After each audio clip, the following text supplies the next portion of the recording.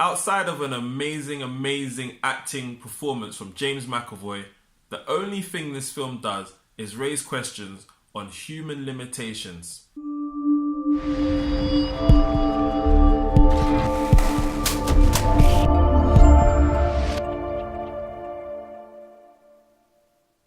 What's going on, people? Welcome to another episode of Filmy Thoughts. I recently went to go watch Glass, which is the third and final installment of a drama fantasy trilogy. The first film came out in, I think, 1999. It's called Unbreakable. I watched that probably 2 years ago. It was a big regret of mine. I wish I didn't watch it. Rubbish film. I was sitting there waiting for something to happen, and nothing did happen. The only thing that happened was the credits started rolling. So I was very disappointed in that. 2016 saw Split released. It was okay. It was okay. I mean, James McAvoy definitely made that film. And the only reason why I was engaged in that film was because I wanted to know what he was going to do next. I think his portrayal of 17 to 19 different characters within one body was incredible. And I honestly don't know why he hasn't been nominated for any type of awards for his performance in that film and in Glass as well. I do feel like his performance in Glass was more refined. He was able to switch from in between characters pretty quickly, whereas in Split, it took longer for him to transition between characters, or it would do a cutaway before he then switched to another character. But in Glass, it was instant and it was all in one shot, and you can see his personality just change. I thought his acting was incredible. Glass was a big letdown though. It was a very, very big letdown. I was very disappointed in the final battle. It was a huge anticlimax. I was expecting them to go at it. I was expecting a brawl, but all I got was scuffling. It was so yeah. I was very disappointed. And again, you know, in Glass, James McAvoy's performance was the only thing that really kept me engaged, because I was just so interested in what he would do next. So I'm only giving it a 2.5 out of 5. It's not. If you've seen one of the first two, then I'd say to watch the other two in order to just say you've watched it. Or if you've seen 2 out of 3, just watch the third and just say it's done with. But if you haven't watched any of them, I wouldn't waste your time. Unless you want to see good acting from James McAvoy, then watch Split and Glass, because it's incredible.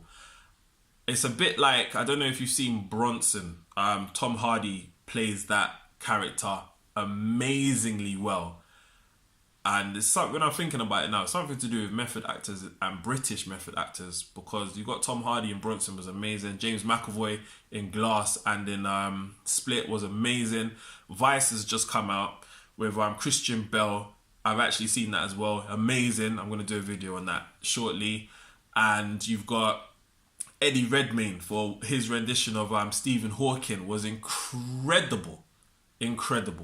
So there's more I could probably mention, but those 4 definitely stick out. So must be doing something right with what they're learning in their drama classes. So just to give you slight background of the films, I'm trying to think where to start here. So Unbreakable. Let's start with Unbreakable. It's basically Glass who believes he's a superhero or a super villain, and he's trying to find his equal. He's got ridiculously fragile bones. I mean, if you poke him hard, you might if you poke him normally, you might break his ribs. So he's extremely fragile. He's had multiple bones broken in his body, and he's wheelchair bound because he can hardly walk as well, because his bones are so fragile. So he's trying to find his equal, someone that is basically unbreakable. And he walks around or goes around America setting off a chain of events, accidents that basically see thousands of people lose their lives, whether it's train accidents, plane accidents, gas explosions, whatever it might be. And he finally comes across Bruce Willis, who walks out of a train wreck where everyone on board dies apart from him, and he just walks off. So he's found his equal. He gets to know him. He convinces Bruce Willis that he is unbreakable. He's a superhero in the comics. And then Bruce Willis basically finds out by rummaging through Glass's things, who's played by Samuel L. Jackson, by the way, that he is the cause of all of these accidents. He is the cause of the train wreckage that he managed to walk away from, and sends him to jail. Right? So then, that came out in 1999, 2000-ish. So 17 years later, Split comes out.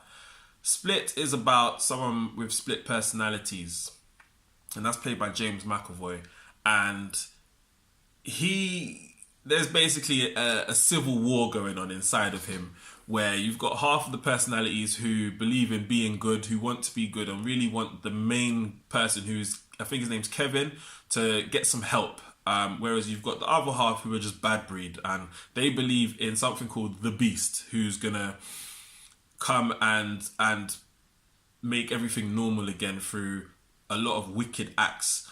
And his main thing is finding innocent little girls, and doing all kinds of not nasty things as in sexual, but killing them in ways like beheading, but eating them, cannibalism, all those kind of things, in order to make them not pure. So he wants pure little girls, and he wants to do all kinds of things to them to mutilate them, basically. And yeah, so basically throughout the film, you're watching a civil war take place with one character, and you see these girls that they've kidnapped, and they're trying to basically get out. One manages to escape because she's not pure, whereas when she was kidnapped, they were under the impression that she was pure, but she's not. She self-harms.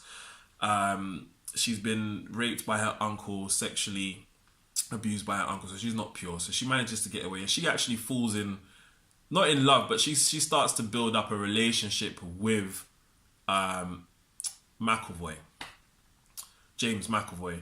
And then this spills over into the third film, which is about Glass now, who has decided to put the guy who's unbreakable and the Beast up against each other. And it's a very far-fetched film. There's also, I don't know, a secret organization, an MI6 equivalent, for instance, that run around America finding extraordinary individuals and basically disposing of them in order to keep balance within the world. Which is, yeah, it's slow. I just wasn't feeling it. So basically what I've told you is what happens. So I should have said spoiler alert when I think about it now. But I didn't. But I'm just trying to save you some time. I don't think it's worth watching. But as I said, if you've watched one of the three, then you might as well watch the others. I wouldn't, to be fair. Can't go back. But it's completely up to you guys.